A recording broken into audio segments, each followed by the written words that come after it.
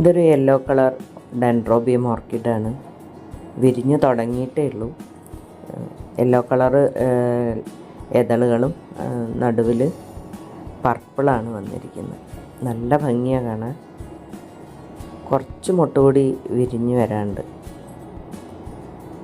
ഇതിൻ്റെ അറ്റത്തെ പൂവടക്കം വിരിയുമ്പോഴേക്കാണ് താഴത്തുനിന്ന് ആദ്യം വിരിഞ്ഞ പൂക്കൾ കുറേശ്ശെ വാടാൻ തുടങ്ങും. എന്തായാലും ഈ ഒരു കൊലപ്പൂവ് 2-3 മാസം ഇതിങ്ങനെ തന്നെ നിൽക്കും. കണ്ടില്ലേ, നല്ല ഭംഗിയായിട്ട് നിൽക്കുന്നുണ്ട്. എളുപ്പത്തിൽ വളർത്താൻ പറ്റുന്ന ഒരു ഓർക്കിഡാണ് ഡെൻഡ്രോബിയം ഓർക്കിഡ്. ആർക്ക് വേണമെങ്കിലും തുടക്കക്കാർക്ക് വളർത്താൻ പറ്റിയ ഒരു ചെടിയാണ്.